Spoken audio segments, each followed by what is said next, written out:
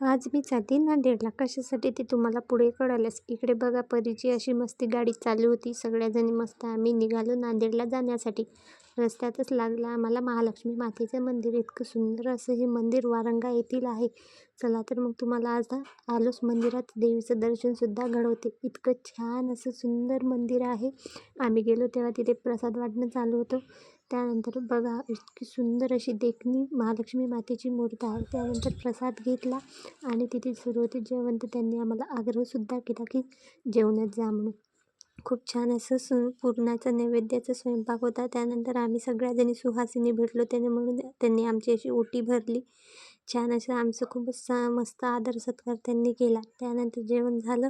इकडलंच पूर्ण मंदिर बघितलं आणि त्यानंतर निघालो आम्ही नांदेडला जाण्यासाठी. कसा वाटला आजचा मिनी व्लॉग कमेंटमध्ये सांगा आणि हो, ह्या मंदिराला नक्की एकदा भेट द्या.